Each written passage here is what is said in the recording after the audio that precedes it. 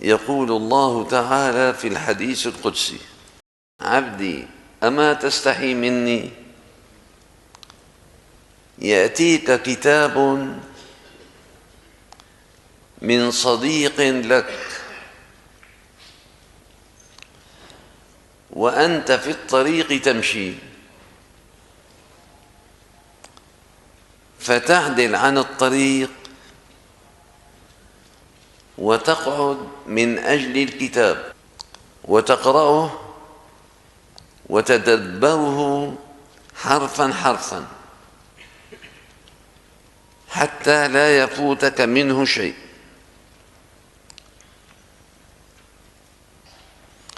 وهذا كتابي أنزلته إليك، انظره كم فصلت لك فيه من القول. فصل لك الآيات والأحكام والتشريع والحكم، وفصل لك كذلك الأمم وما حصل معها. كم فصلت لك فيه من القول، وكم كررت عليك فيه من البيان والآيات لتتأمله، تقعد تفكر فيها، ما تقرأ قراءة حي الله كتاب ثم أنت معرض عنه. نزلت لك الكتاب وفصلت لك فيه التفصيل، معرض عن القرآن. أفكنت يا عبدي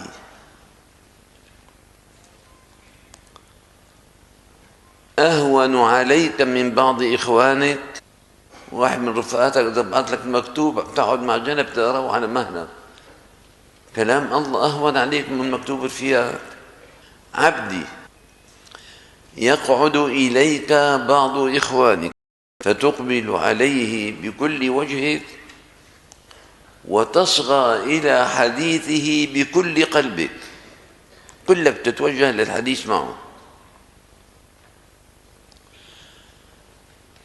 وها أنا ذا مقبل عليك ومحدثك، الله بده يتحدث معك، بده يحكي معك، وأنت معرض عني بقلبك. أفجعلتني أرخص عندك من بعض إخوانك؟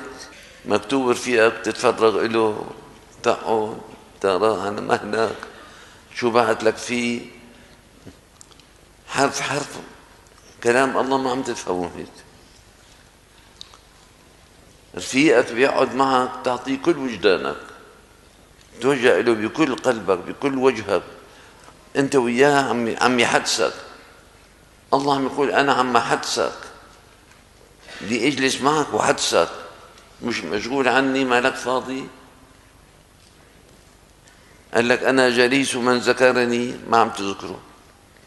النبي عليه الصلاه والسلام قال: اذا اراد احدكم أن يحدث ربه فليقرأ القرآن. كمان معرض عن قراءة القرآن.